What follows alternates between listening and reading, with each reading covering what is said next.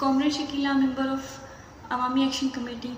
जैसे कि पूरे आज़ाद कश्मीर में अवामी एक्शन कमेटी की जानिब से बिजली के बिलों के ख़िलाफ़ और नाजायज़ टैक्सों के ख़िलाफ़ और जो है नाजायज़ और आटे पर सब्सिडी की बहाली के लिए पूरे आज़ाद कश्मीर के अंदर एक तहरीक का आगाज़ किया गया, जिसमें ख़वातीन, बच्चे, बूढ़े और नौजवान शामिल हैं।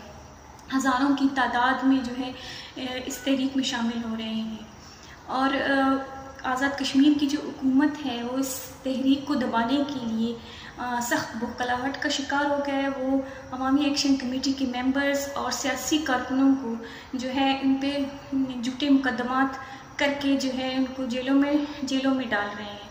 हम अवामी एक्शन कमेटी इसकी पुरज़ोर मज़म्मत करते हैं और हुकूमत से मुतालबा करते हैं कि इनके जो जायज़ मुतालबात है उनको जल्द से जल्द तस्लीम करे।